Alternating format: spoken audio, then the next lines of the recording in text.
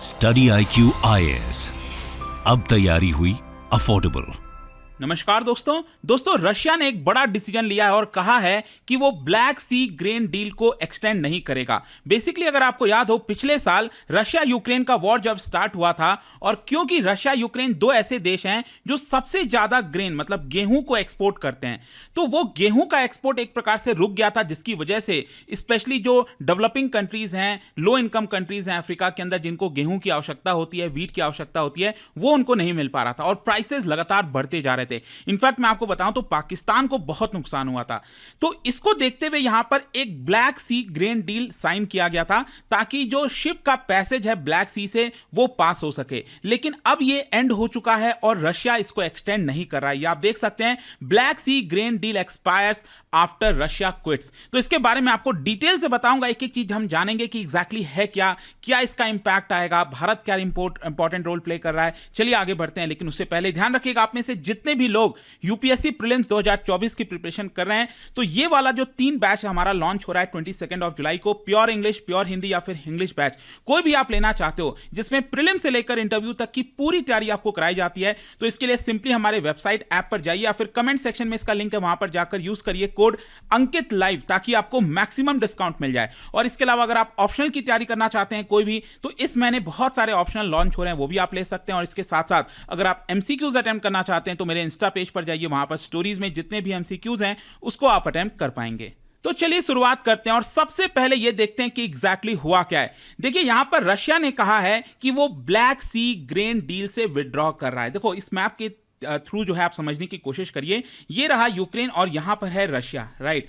तो Russia Ukraine में तो जंग छिड़ गया, लेकिन जैसा मैंने आपको बताया, यूक्रेन और रशिया दो ऐसे देश हैं जो विश्व को सबसे ज्यादा मात्रा में जो व्हीट है, जो ग्रेन है, उसकी सप्लाई करते हैं। और वो सप्लाई कैसे होता है, यहां पर यूक्रेन के कई सारे पोर्ट्स हैं, रशिया के पोर्ट्स हैं, यहां पर क्राइमिया भी एक प्रकार से रशिया का पार्ट हो गया है। तो यहां से क्या है, ब्लैक सी से ये जो ग्रेन है वो आपका सप्लाई किया जाता है पूरे विश्व के अंदर। इनफैक्ट यूनाइटेड नेशन भी जो हेल्प करता है दुनिया को, वो भी यहां से परचेस करता है यूक्रेन और रशिया से, और वहां से ये पास होते हुए दुनिया भर में जाता है। लेकिन क्योंकि रशिया यूक्रेन का वॉर छिड़ गया था, जिसकी वजह से यहां से जो शिप्स हैं वो पास नहीं हो पा रहे थे, और इसकी वजह से एक डील साइन किया गया था जिसको कहा जाता है ब्लैक सी ग्रेन डील। इसी को कहते हैं ब्लैक सी ग्रेन डील। लेकिन अब ये एक्सपायर हो गया, मंडे को ये एक्सपायर हो गया। आप देख सकते हैं रशिया की जो स्पोक्स पर्सन है दिमित्री पेस्कोव, उनका ये कहना था कि ये जो एग्रीमेंट है वो मंडे को एंड होना था और वो ऑलरेडी एंड हो चुका है, अब हम इसको एक्सटेंड नहीं करने वाले हैं। तो मैं आपको आगे बताऊंगा बेसिकली कि आखिरकार रशिया इसको एक्सटेंड क्यों नहीं कर रहा है।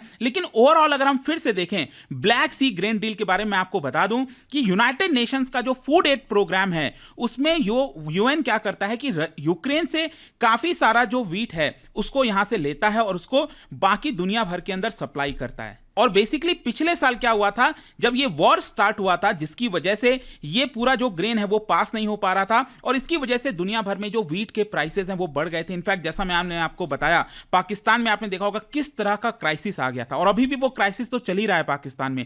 लेकिन स्पेशली पाकिस्तान को इसलिए झटका लगा था, एक तो उनके पास पैसे नहीं बचे, उसके बाद यहां पर क्या है कि उनके यहां बाढ़ आ गई पिछले साल, जिसकी वजह से उनका पूरा फसल नुकसान हो गया। तो पाकिस्तान के ऊपर बड़ा इंपैक्ट देखने को मिला था, और इसी को देखते हुए फाइनली 22 जुलाई 2022 को यूनाइटेड नेशंस और टर्की ने मिलकर रशिया को यह कहा कि आप प्लीज ये वाला जो ब्लैक सी ग्रेन इनिशिएटिव है उसको आप प्लीज साइन कर दीजिए, ताकि ब्लैक सी से जो हमें ये पास कराना है वो हम पास करा सकें।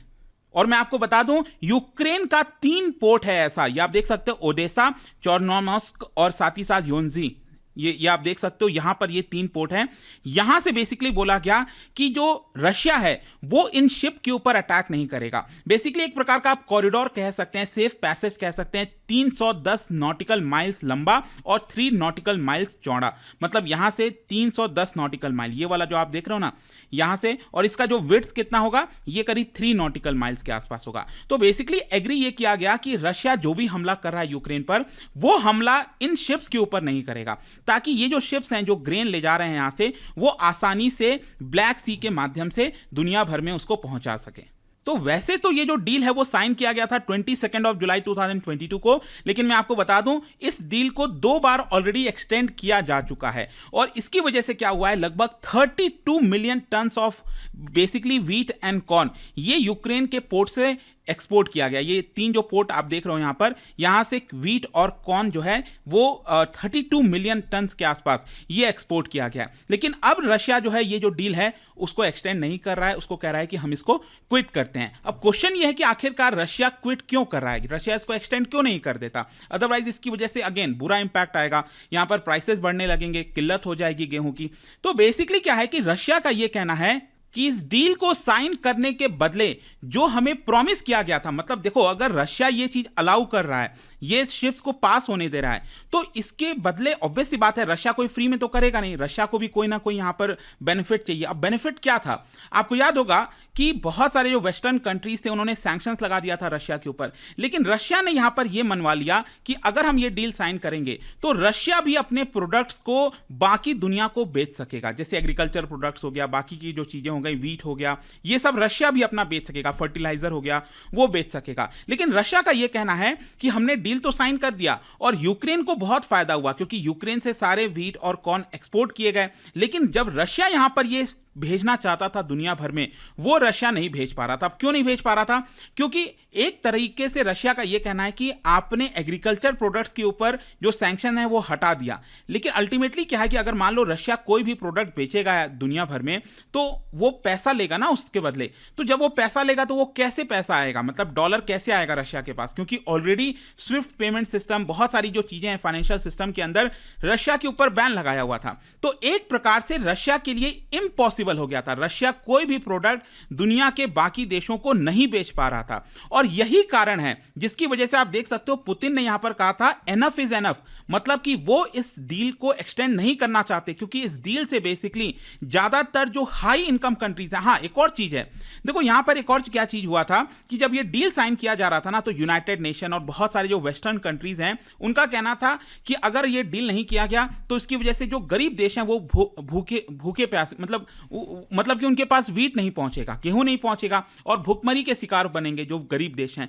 लेकिन रशिया का यह आरोप है कि ये जो भी व्हीट का एक्सपोर्ट किया गया है वो गरीब देशों को नहीं किया गया है, वो बेसिकली किया गया है हाई इनकम कंट्रीज को, मिडिल इनकम कंट्रीज को, जैसे यूरोप के देशों का है। तो यूक्रेन से बहुत सारा जो एग्रीकल्चर प्रोडक्ट है वो यूरोप ने यहां पर खरीदा है, जिसकी वजह से रशिया का कहना था ये गलत है, ऐसा नहीं होना चाहिए। इनफैक्ट मैं आपको बता दूं यूनाइटेड नेशन ने भी इस बात को माना है कि हां यूक्रेन से बहुत सारे जो व्हीट और कॉर्न है, एग्रीकल्चर प्रोडक्ट्स हैं, वो यूरोप जैसे देशों ने खरीदा है। लेकिन यूनाइटेड नेशन ने यह भी कहा कि इससे कुछ हद तक फूड के प्राइसेस जो हैं उसको काबू पाने में यहां पर कामयाबी भी मिली है। खैर, अब क्वेश्चन यह है कि यूक्रेन को कैसे बेनिफिट हुआ, मैं आपको बताता हूं। देखो, ब्लैक सी ग्रेन डील के इनिशिएटिव के थ्रू जो है यूक्रेन ने लगभग 16.8 मिलियन टन 2022-23 में एक्सपोर्ट किया, जिसमें से 39% उसने यूरोप के अंदर भेजा।